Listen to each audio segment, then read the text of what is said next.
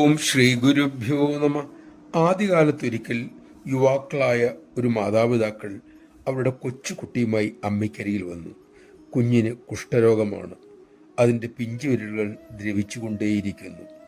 ഓരോ നിമിഷവും ആ മാതാപിതാക്കൾ ദഹിച്ചുകൊണ്ടിരിക്കുകയാണ്. ദുഃഖം സഹിക്കവയ്യാതെ ആ കുഞ്ഞിനെ ദയാവധത്തിന് ശ്രമിക്കട്ടെ എന്നവർ അമ്മയോട് ചോദിച്ചു. കാരണം കുഞ്ഞിന് ദീർഘായുസ് ഉണ്ടാകില്ല. ഉണ്ടെങ്കിൽ തന്നെ ഭീകരമായിരിക്കും അതിൻ്റെ ജീവിതത്തിലെ ഓരോ നിമിഷങ്ങളും. സാധാരണ രീതിയിലേക്ക് ആ കുഞ്ഞ് തിരിച്ചു വരാൻ സാധ്യതയേയില്ല. അമ്മ അത് കേട്ട് ഇടർന്ന തൊണ്ടയോടെ പക്ഷെ ശക്തമായി പറഞ്ഞു, അങ്ങനെയൊന്നും ചിന്തിക്കുക പോലും ചെയ്യല്ലേ മക്കളെ. ഈ സാഹചര്യത്തെ നിങ്ങൾ നേരിടണം.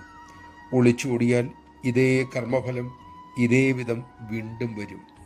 അതിനായി ജന്മവും എടുക്കേണ്ടി വരും. ഈശ്വര സ്മരണയോടെ കാരുണ്യത്തോടെ ഈ കുഞ്ഞിനെ നിങ്ങൾ പരിചരിക്കുക. അതാണ് നിങ്ങൾക്ക് ഭഗവാൻ നിശ്ചയിച്ചിരിക്കുന്ന വിധി. ഇത് അനുഭവിക്കുക എന്നതാണ് ആ കുഞ്ഞിൻ്റെയും യോഗം. നമഃശിവായ. വരുന്നതെന്തും ഈശ്വര നിശ്ചയം എന്നുറപ്പിച്ച് എനിക്ക് അമ്മയുണ്ടല്ലോ എന്ന ഉറച്ച വിശ്വാസത്തോടെ നമുക്ക് മുന്നോട്ട് പോകാം.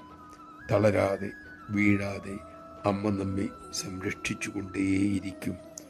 ഇതുവരെയുള്ള നമ്മുടെ ജീവിതം അതാണല്ലോ.